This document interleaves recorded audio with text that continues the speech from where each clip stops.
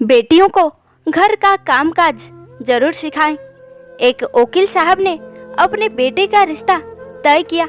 कुछ दिनों बाद वकील साहब होने वाले समधी के घर गए तो देखा कि होने वाली समधिन खाना बना रही थी। सभी बच्चे और होने वाली बहू टीवी देख रहे थे। वकील साहब ने चाय पी, कुशल जाना और चले आए। 1 माह बाद वकील साहब समधी जी के घर फिर गए। देखा भाभी समधिन जी झाड़ू लगा रही थी, बच्चे पढ़ रहे थे और होने वाली बहू सो रही थी। वकील साहब ने खाना खाया और चले आए। कुछ दिन बाद वकील साहब किसी काम से फिर से होने वाले समधी जी के घर गए।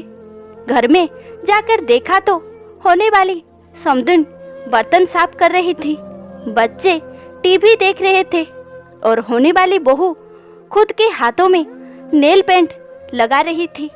वकील साहब ने घर में आकर गहन सोच विचार कर लड़की वालों को यहाँ खबर पहुँचाई कि हमें ये रिश्ता मंजूर नहीं।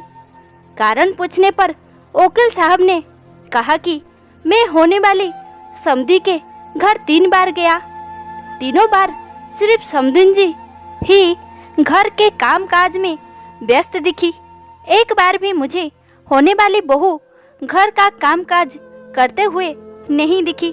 जो बेटी अपनी सगी माँ को हर समय काम में व्यस्त पाकर भी उनकी मदद करने का ना सोचे, उम्रदराज माँ से कम उम्र की जवान होकर भी स्वयं की माँ का हाथ बांटने का जज्बा ना रखे, वो किसी और की माँ और किसी अपरिचित परिवार के बारे में क्या सोचेगी।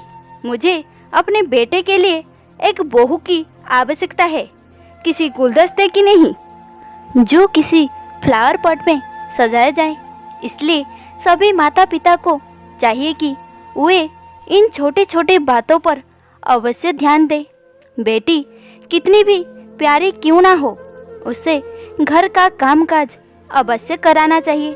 समय समय पर डांटना भी चाहिए, जिससे ससुराल में ज़्यादा काम पड़ने या डांट पड़ने पर उसके द्वारा गलत काम करने की कोशिश ना की जाए। हमारे घर बेटी पैदा होते हैं, हमारी जिम्मेदारी बेटी से बहू बनाने की है।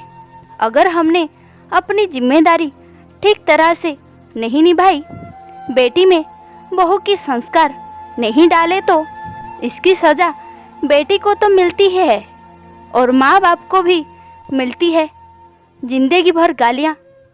हर किसी को सुंदर सुशील बहू चाहिए, लेकिन भाइयों, जब हम अपने बेटियों में एक अच्छी बहू के संस्कार डालेंगे तभी तो हमें भी संस्कारी बहू मिलेगी।